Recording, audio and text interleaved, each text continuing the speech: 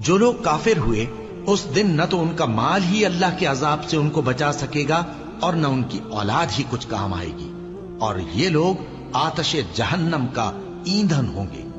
ان کا حال بھی فرعونیوں اور ان سے پہلے لوگوں کا سا ہوگا جنہوں نے ہماری آیتوں کی تکذیب کی تھی، تو اللہ نے ان کو ان کے گناہوں کے سبب عذاب میں پکڑ لیا تھا، اور اللہ سخت عذاب کرنے والا ہے۔ اے پیغمبر، کافروں سے کہہ دو کہ تم دنیا میں بھی عنقریب مغلوب ہو جاؤ گے اور آخرت میں جہنم کی طرف اکٹھا کیے جاؤ گے، اور وہ بری جگہ ہے۔ تمہارے لیے دو گروہوں میں جو جنگ بدر کے دن آپس میں بھڑ گئے قدرت الہی کی عظیم الشان نشانی تھی۔ ایک گروہ مسلمانوں کا تھا، وہ اللہ کی راہ میں لڑ رہا تھا، اور دوسرا گروہ کافروں کا تھا، وہ ان کو اپنی آنکھوں سے اپنے سے دگنا مشاہدہ کر رہا تھا۔ اور اللہ اپنی نصرت سے جس کو چاہتا ہے مدد دیتا ہے۔ جو